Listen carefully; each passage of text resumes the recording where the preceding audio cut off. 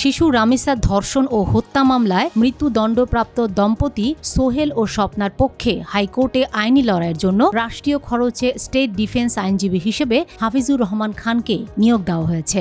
জাতীয় নাগরিক পার্টির সংসদ সদস্য হাসনাত আবদুল্লাহ তার বিরুদ্ধে $1 দুর্নীতির প্রমাণ দিতে পারলে সংসদ থেকে ইস্তফা দেওয়ার চ্যালেঞ্জ ছুড়েছেন। ময়মনসিংহ ৩ আসনের সংসদ সদস্য ডাক্তার মাহবুবুর রহমান দাবি করেছেন, ৩ প্রজন্মকে আঘাত করায় আগামী ৫০ বছরে আওয়ামী লীগের ক্ষমতায় ফিরে আসার সম্ভাবনা ক্ষীণ।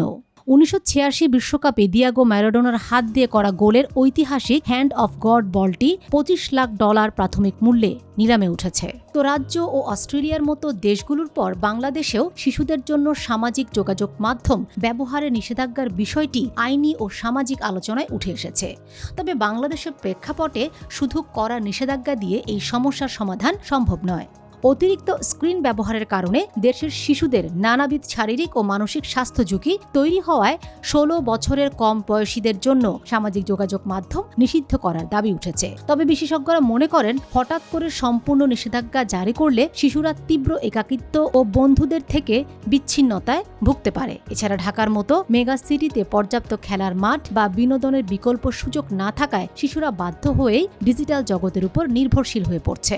বাংলাদেশের প্রেক্ষাপটে এই নিষেধাজ্ঞা বাস্তবায়ন করা কঠিন, কারণ এখানে জন্ম নিবন্ধন বা পরিচয়পত্র দিয়ে বয়স যাচাইয়ের নির্ভুল ব্যবস্থা নেই এবং অধিকাংশ শিশু বাবা মায়ের ডিভাইস ও পারিবারিক অ্যাকাউন্ট শেয়ার করে ব্যবহার করে। ফলে ঢালাও নিষেধাজ্ঞা দিলে শিশুরা VPN ব্যবহার করে আরও অনিরাপদ ও কম নিয়ন্ত্রিত অন্ধকার প্ল্যাটফর্মগুলোর দিকে ঝুঁকে পড়তে পারে, যা তাদের ঝুঁকি আরও বাড়াবে। একই সাথে এটি অনেক তরুণের অনলাইন ভিত্তিক শেখা ও আয়ের পথকে ক্ষতিগ্রস্ত করবে। তাই উন্নত দেশের মতো সরাসরি নিষেধাজ্ঞা চাপিয়ে না দিয়ে বাংলাদেশকে আগে অনলাইন সুরক্ষার মজবুত কাঠামো তৈরি করতে হবে। প্রযুক্তিগত তদারকি, সচেতনতা বৃদ্ধি, ডিভাইস ব্যবহারের সময়সীমা নির্ধারণ এবং শিশুর জন্য নিরাপদ এবং শিক্ষণীয় বিকল্প কন্টেন্ট তৈরি করার মাধ্যমে এই সমস্যার বাস্তবসম্মত সমাধান সম্ভব। স্পেস এক্স এবং টেসলার শেয়ারের ব্যাপক দরপতনের পর বিশ্বের প্রথম পাওয়া ট্রিলিয়নিয়ারের খেতাব হারিয়েছেন মার্কিন প্রযুক্তি উদ্যোক্তা ইলন মাস্ক। ব্রিটিশ সংবাদ মাধ্যম দ্য টেলিগ্রাফের প্রতিবেদন অনুযায়ী ওয়াল